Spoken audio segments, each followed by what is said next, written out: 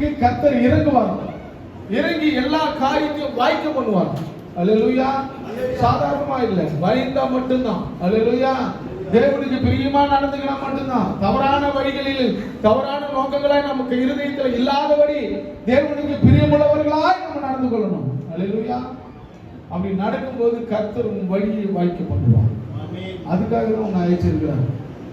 தேவனுக்கு பயந்து நடக்கணும்னு தான் அங்க ஆதாம் ஏதேன் தோட்டத்தில் என்ன பண்ணாரு?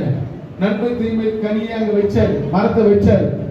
சும்மா சாதாரணத்துக்கு வைக்கல, தேவன் யார் என்பதை தெரிந்து கொள்வதற்காக அந்த இடத்துல அந்த மரத்தை வச்சார். தனக்கு மேல ஒருவர் இருக்கிறார் என்பதை தெரிந்து கொள்வதற்காக, அதிகாரம் உள்ளவர் ஒருவர் இருக்கிறார் என்பதற்காக, அந்த சாப்பிடக்கூடாது என்று அதிகாரத்தோடு சொன்ன அந்த வார்த்தைக்கு நாம் கீழ்ப்படுகிறார்களா இல்லையா என்பதை அங்கே பார்க்கிறதுக்காக. அல்லேலூயா. அதிகாரம் உள்ள தேவன் நம் தேவன்.